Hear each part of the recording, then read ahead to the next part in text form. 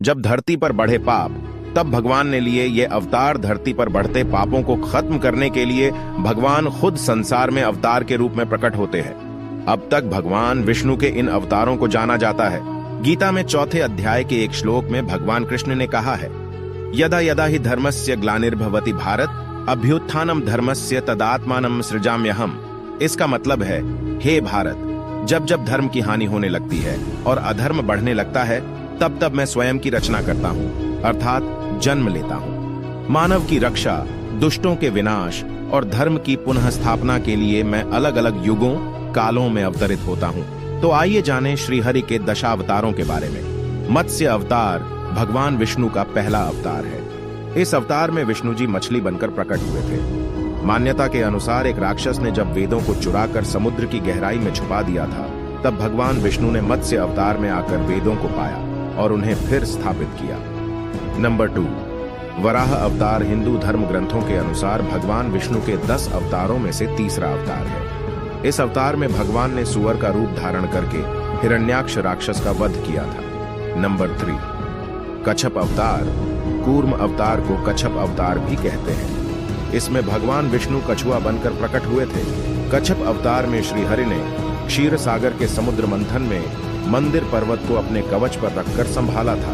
मंथन में भगवान विष्णु मंदिर पर्वत और वासुकी सर्प की मदद से देवताओं और दानवों ने 14 रत्न पाए थे। नंबर 4, नृसिंह भगवान।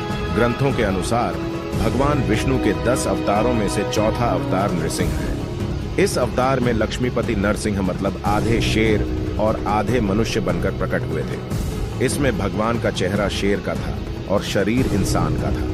नृसिंह अवतार में उन्होंने अपने भक्त प्रहलाद की रक्षा के लिए उसके पिता राक्षस हिरण्याकश्यप को मारा था। नंबर 5, वामन अवतार।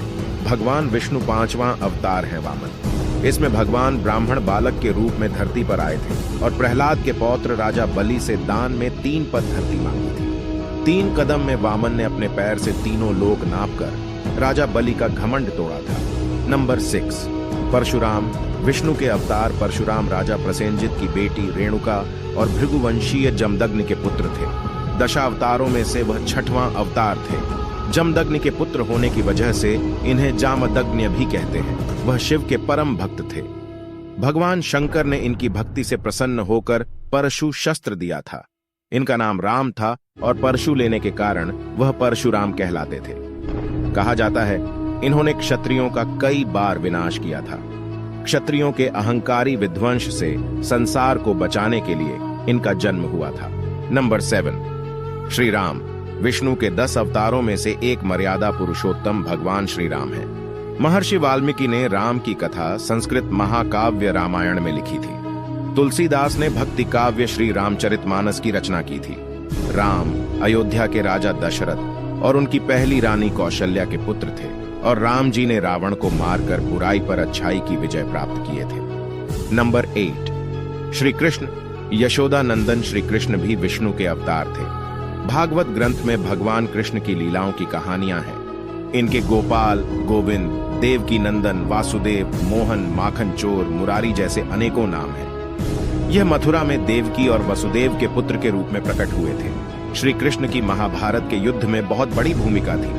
वह इस युद्ध में अर्जुन के सारथी थे। उनकी बहन सुभद्रा अर्जुन की पत्नी थी। उन्होंने युद्ध से पहले अर्जुन को गीता उपदेश दिया था। नंबर 9, भगवान बुद्ध। भगवान विष्णु के दशावतारों में से एक बुद्ध भी है। इनको गौतम बुद्ध, महात्मा बुद्ध भी कहा जाता है।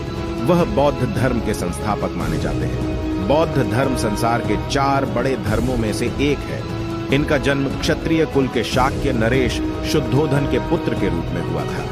इनका नाम सिद्धार्थ रखा गया था। गौतम बुद्ध अपनी शादी के बाद बच्चे राहुल और पत्नी यशोधरा को छोड़कर संसार को मोह माया और दुखों से मुक्ति दिलाने के मार्ग पर निकल गए थे। नंबर 10, कल्कि अवतार। कल्कि अवतार भगवान विष्णु का आखिरी अवतार माना जाता है। कल्कि पुराण के अनुसार श्री हरि का कल्कि अवतार कलयुग के अंत में होगा। उसके बाद धरती से सभी पापों और बुरे कर्मों का विनाश होगा।